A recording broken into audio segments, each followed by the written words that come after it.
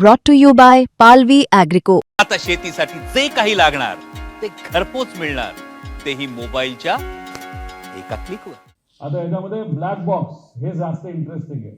आमची अपेक्षा होती की या रिपोर्टमध्ये ब्लॅक बॉक्सचा फोटो हा यायला पाहिजे होता. सहसा ब्लॅक बॉक्सचा फोटो देणं हे फार महत्वाचं असतं. आणि हा जो अपडेट ऑन इन्व्हेस्टिगेशन जे आलं होतं हे कधी आलं होतं, PIBचं 19 फेब्रुवारीला, आणि कालचं रिपोर्ट आलं. या दोघांमध्ये असं सांगण्यात आलेलं आहे की FDR आणि CVR वर subjected to thermal damage as both the recorders वर एक्सपोज टू हाय टेम्परेचर. आता हे दोन्ही रिपोर्ट मध्ये आलेलं आहे. पुढे घ्या. आता हा आहे अहमदाबादच्या क्रॅशचा ब्लॅक बॉक्स. हे फोटो जर तुम्ही बघितले, हा स्फोट किती मोठा झाला होता हे तुम्हाला सगळ्यांना त्याच्यामध्ये माहिती आहे. अक्षरशः एकच जण त्याच्यामध्ये वाचला, तो सुद्धा साईडला पडला म्हणून. आता ह्याच्यामध्ये हे ब्लॅक बॉक्सची परिस्थिती आहे आणि ह्याच्यातून डेटा निघाला तर 100% डेटा निघालेला आहे. फक्त तो DGCने पूर्णपणे त्या पालकांना नाही तर नातेवाईकांना दिलेला नाही, नाहीतर तो अजून बाहेर आणला नाही. त्याला पण फार मोठी कॉन्ट्रोवर्सी आहे असं आमचं मत आहे, पण ते नंतर विषय घेऊ.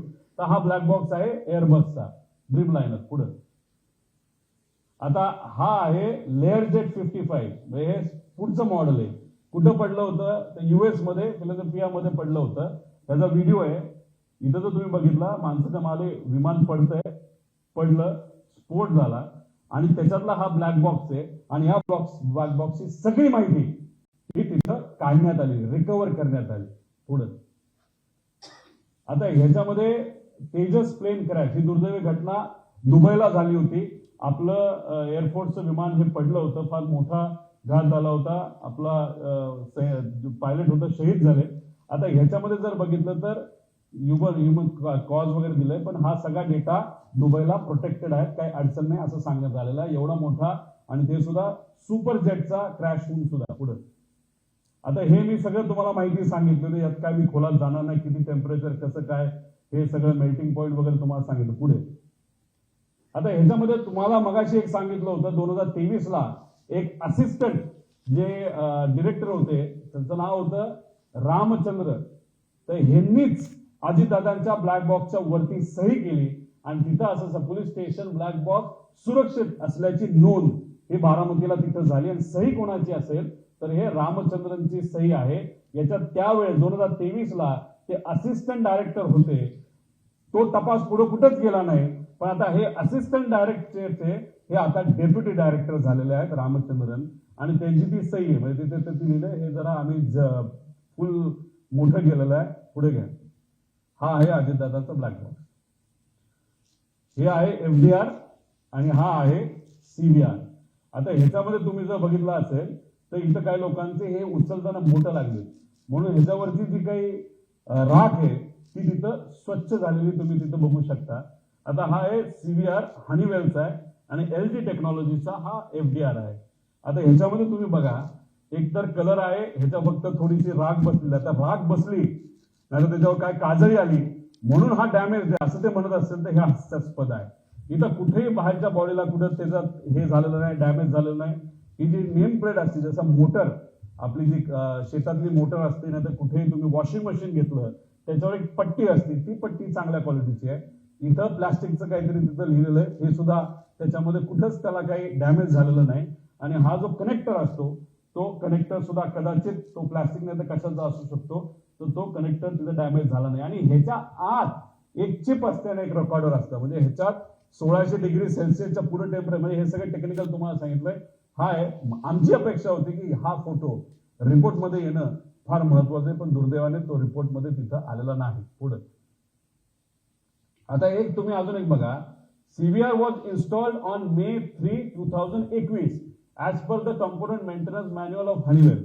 म्हणजे हे विमान आहे 16 वर्षापूर्वीचं, 15 का 16 वर्षापूर्वीचं. आता भारतात जर हे आणायचं असेल, जो मुद्दा आम्ही घेतला होता की अमेरिकेवरून हे आणलं तर ह्याचा जो CVR आहे तो अर्धा तासाचाच आहे, तो बदलणं हे फार महत्वाचं होतं. ठीक आहे, चला तुम्ही बदललं, ते बदललं 21 मध्ये. त्याचा अर्थ हा CVR हा 21 मध्ये बदलल्यामुळे हा लेटेस्ट CVR असेल.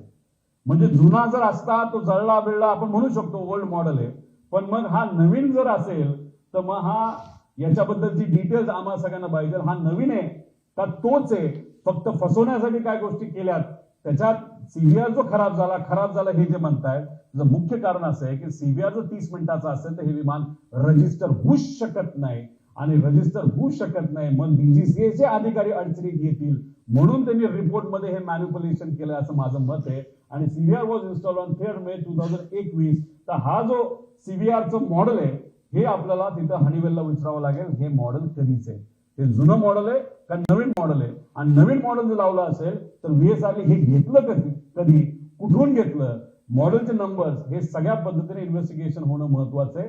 पण हे एअरक्राफ्टच चुकीच्या पद्धतीने रजिस्टर झाल्यामुळे हे आमचं मत आहे की हे जुनंच आहे, पण हे रिपोर्टमध्ये या बाबतीत त्यांनी नवीन आहे असं तरी दाखवलेलं आहे. त्यामुळे नवीन असेल, नवीन मॉडेल असेल तर जळणं हे अशक्यच आहे असं आपल्याला म्हणावं लागेल पुढे. आता ह्याच्यात बघा, झारखंडमध्ये हा जो क्रॅश झाला याच्यामध्ये ब्लॅक बॉक्सच नव्हता, म्हणजे डीजीसीएचा कहर किती हे बघा, की ब्लॅक बॉक्सच सापडला नाही. 53 वर्षापूर्वीचं हे एअरक्राफ्ट होतं ज्याच्यात 6 जणांचा मृत्यू झाला. पुढे आता फ्लाईट रडार मधून तुम्ही माहिती काढत होता, मी माहिती काढत होतो, ही सगळी माहिती हे दादरचं विमान आहे, ह्याच्या आधी कुठे कुठे ते विमान गेलं हे माहित होतं. त्यानंतर हे दुसरं आहे ज्याच्यात सीएम आणि मोठे लोक वापरतात, हे सगळी माहिती होती. आपण हे प्रेझेंटेशन घेतल्यानंतर हे दोन्हीकडचं जर आपण बघितलं हे वाईप ऑफ करून टाकलंय, म्हणजे माहिती कुठेतरी दाबवण्याचा प्रयत्न केला जातो, आणि तीच लोक माहिती दाबतात ज्यांना कुठेतरी भीती असते की याच्यात काहीतरी आपलं बाहेर निघेल. म्हणून ही दोन्ही माहिती जर आपण बघितलं त्यांनी अख्खं रेकॉर्ड हे तिथं डिलीट केलंय असं आपल्याला म्हणावं लागेल. पुढे